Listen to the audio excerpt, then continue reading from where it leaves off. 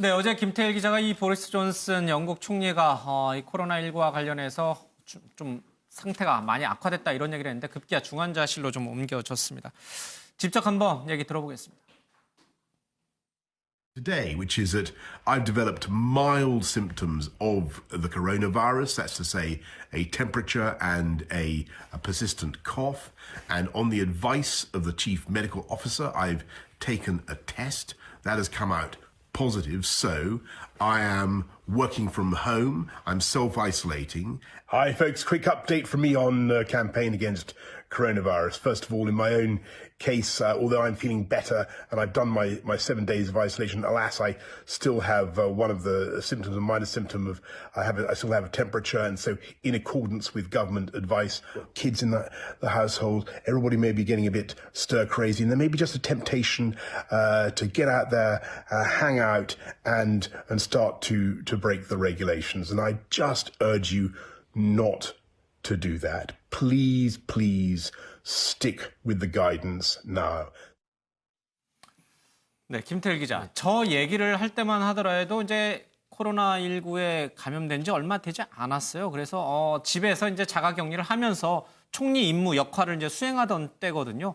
이제 지금은 저 상태도 안 되는 거예요? 너무 가볍게 본 거예요? 그렇습니다. 저 영상을 찍었을 때가 확진 판정을 받고 이튿날 됐을 때 영상을 찍으면서 국민들에게 코로나19 조심하라는 그런 메시지를 전한 건데 한 열흘 있다가 지금 어제 입원을 한 겁니다. 그러면서 일부 언론에서는 산소호흡기 치료를 받고 있다 이런 보도도 했는데 그런데 이제 어제 병원에서 SNS를 올렸어요.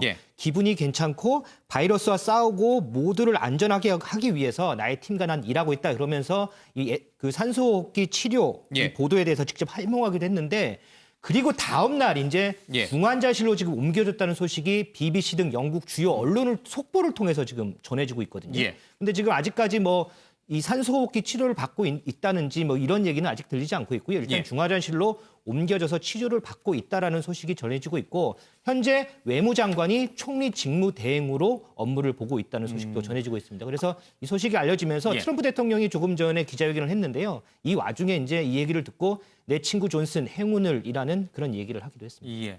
지금 의식은 있지만 중환자실에서 집중 치료를 받고 있다. 그렇습니다. 사실 유럽에서는 이 30대, 40대의 건강한 젊은 남성들이 코로나19 확진 판정을 받아서 잇따라 숨지는 일이 수시로 벌어지고 있어요. 존슨 총리라고 해서 사실은 안심할 수 있는 상황이 아닌 거예요. 물론 이제 총리다 보니까 더 의료진의 집중적인 치료를 받고 있겠지만 안심할 수 있는 상황이 좀 아닌 것 같습니다.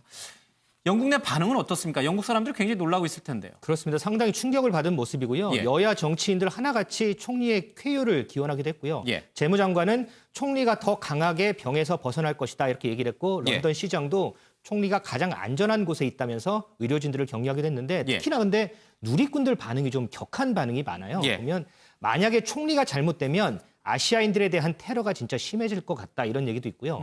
총리가 사망하면 중국은 영국과 수교 아웃이다. 중국은 전 세계인들에게 돌팔매 당해도 싸다 이렇게 얘기를 하면서 중국 특히 아시아에 대한 반감을 드러내는 이런 글들이 좀 많아지고 있습니다. 모르겠습니다. 발원지가 중국으로 많은 전문가들이 얘기하고 있으니까요. 중국에서 시작됐다고 해도 우리나라도 마찬가지죠. 그러나 각 각국의 이 정치 지도자들이 이거 코로나19를 어떻게 대응하느냐 그 정책적 판단에 따라서 심각해지는 나라가 있고 우리나라처럼 빨리 잡는 나라가 있는 거예요. 이걸 전부 중국 탓으로 돌려서 만약 존슨 총리가 잘못될 경우에는 중국과 영국의 수교가 굉장히 악화될 것이다. 이렇게 전망하는 거는 좀 너무 과한 것 같다는 생각도 좀 듭니다. 일단 저는 이 지금 감염병 국면과 관련해서 경험이 있느냐 없느냐의 차이가 굉장히 큰 것 같아 보입니다. 우리나라만 하더라도 메르스 사태를 심하게 겪었잖아요. 그리고 중국도 홍콩, 싱가포르 같은 경우는 사스 사태를 심하게 겪었던 그런 나라들입니다. 그렇기 때문에 2002년, 2003년에 그런 사태를 겪고 2019년에서 2020년에 지금 코로나19 사태를 겪으면서 어떻게 해야 방역 당국이 어떻게 움직여야 될 것인지에 대한 체계가 어느 정도는 있는 상황에서 이런 상황을 마주했다고 보는데 지금 유럽발 코로나19 사태라든지 미국발 코로나19 사태 같은 경우는 감염병에 대한 준비가 전혀 없어 보입니다.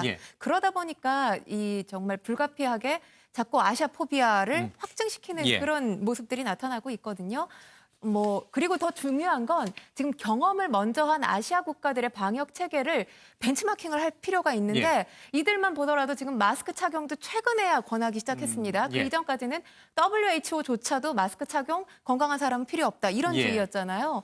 그러다 보니까 WHO에서 판단 미스를 하다 보니 또 유럽이나 미국에서는 이런 이 정책들을 따라하다 보니 예. 지금 확진자 그리고 사망자가 폭증하고 있는 그런 상황 아닙니까? 예. 그렇기 때문에 아시아를 무조건 이렇게 포비아 상태로 만들어서 예. 비난할 것이 아니라 아시아에서 잘 하고 있는 방역의 모습은 얼마든지 유럽이나 미국 선진국 예. 아닙니까? 선진국답게 좀 벤치마킹 제대로 해야 될 필요가 우선이 돼야 되지 않나라는 생각을 합니다. 안 그래도 아시아인들에 대한 혐오, 그러니까 아시아 포비아 현상이 인종차별주의로 확산하면서 우리 교포를 비롯해서 아시아계 사람들이 굉장히 좀 생명의 위협을 느끼는 경우가 많이 있는데 좀 걱정이 좀 됩니다.